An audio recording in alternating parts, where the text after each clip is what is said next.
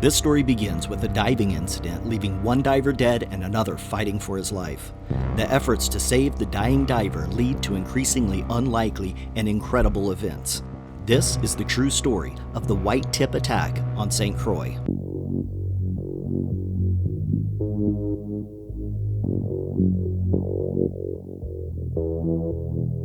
On October 14, 1972, Bret Gilliam, Rod Temple, and Rob McIlvaine waded out into the Caribbean in Cane Bay on Saint Croix's north shore. The scuba divers swam out to about 100 yards off the bank, prepared for their dive, and began their descent. They were all very experienced divers with hundreds of dives between them.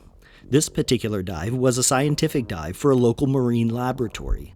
They were to check traps and sampling devices during descent. The deepest device was at approximately 220 feet and on the edge of a cliff that dropped off to much deeper waters. This dive was so deep, it is what is considered a technical dive.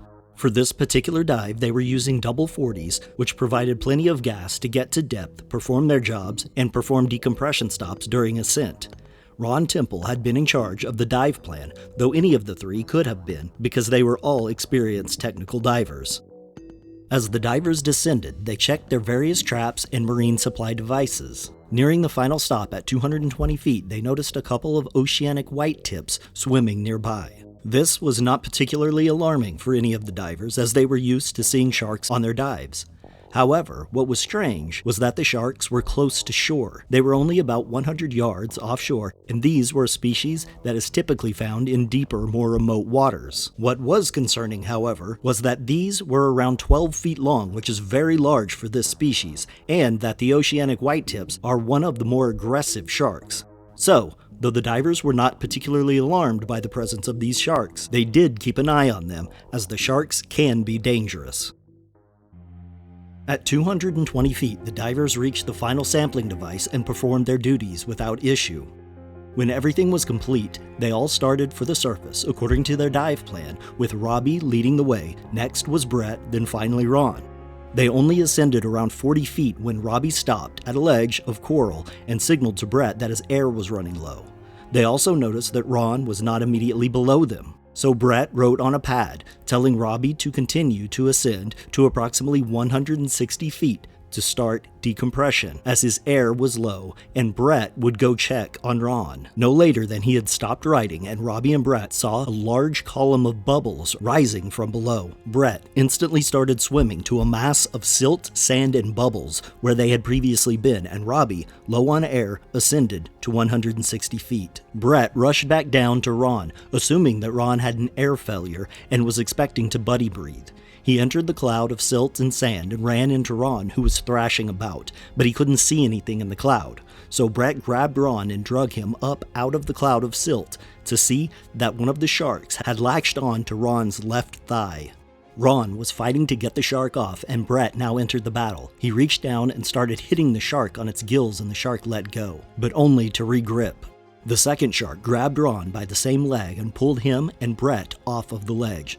Bret and Ron fought back, kicking and hitting the shark as they fell down the rocky cliff. Hitting and kicking the shark stopped the attack, and Bret pulled Ron to a sandy bank on the cliff where he evaluated the situation. He immediately saw that Ron's leg was basically gone, but Ron had also been bitten in the abdomen and chest. He grabbed Ron by the tank harness and started pulling him upward as hard as he could, when the sharks came back and latched onto Ron's legs and the tug-of-war began.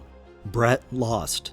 The sharks pulled both of them back down farther into the deep. Bret tried to take a breath, but nothing. His air was nearly gone. Ron was now unconscious, and the sharks pulled him from Bret's grasp. Bret looked at his depth gauge. It was pegged at 325 feet, but he was much deeper. He was feeling the narcosis and was exhausted when his air ran out. He hesitated to rush to the surface, as there was simply no chance. He thought for a split second that he should just stay there and die. But he pushed those thoughts aside and began kicking for the surface. After what seemed like forever, he looked at his depth gauge, still pegged at 325 feet.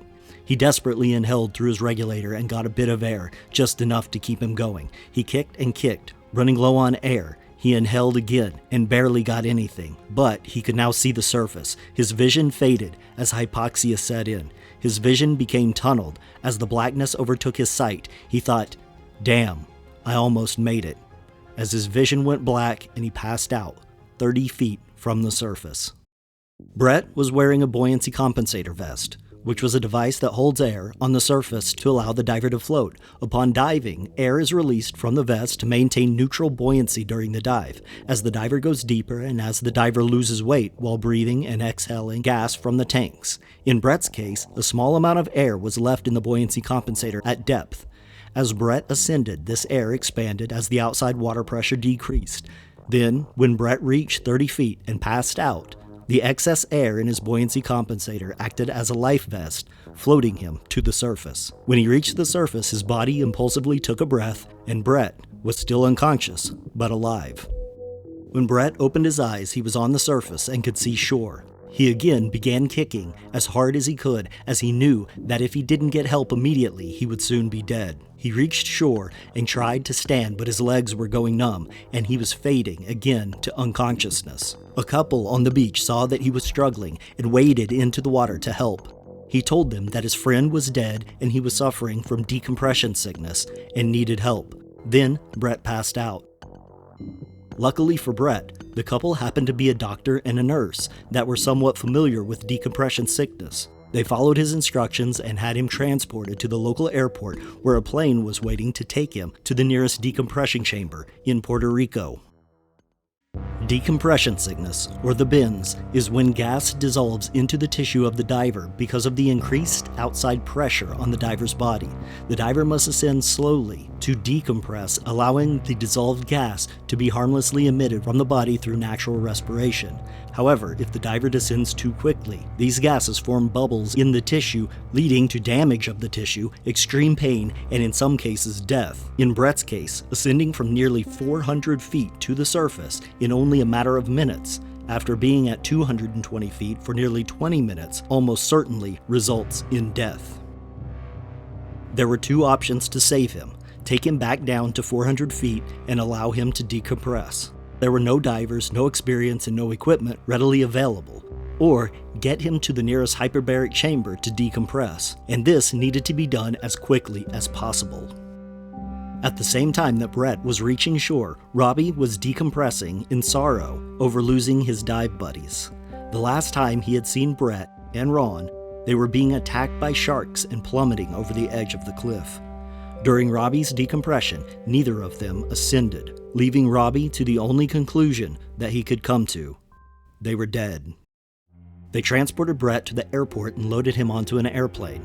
There were no decompression chambers on Saint Croix, so they had to fly him to Puerto Rico to Roosevelt Roads Naval Station to treat his decompression sickness. However, on the way, they discovered that the decompression chamber at Roosevelt was occupied and they would need to travel to Rincon. So they rerouted the plane when Bret's oxygen supply ran out. Bret almost immediately stopped breathing. Dr. Horace Norrell was the emergency doctor on duty and was on the airplane. He put Bret on a ventilator, but needed oxygen to bring Bret back to consciousness and to move Bret into the decompression chamber. They needed to do something quickly. The only other option was to land at the San Juan airport and get him back on oxygen, then drive him to Rincon. The problem with that plan is that it would take nearly 8 hours and Bret would most likely be dead by then. So the pilot called the local San Juan authorities and called in a favor. The police stopped traffic on the highway, and the pilot landed the plane on the highway, and the Coast Guard landed a helicopter next to the plane. They switched Bret from the plane to the Coast Guard helicopter and got him back on oxygen. The Coast Guard then took off and transported Bret to Rincon, where he was placed in the decompression chamber. Bret was in recovery for the next 2 days. He was released on Monday and flew back to Saint Croix.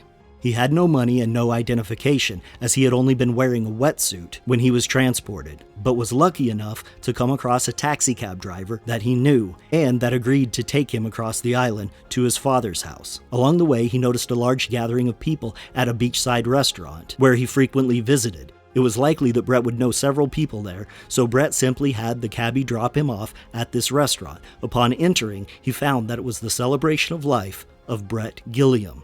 He walked into his own memorial service.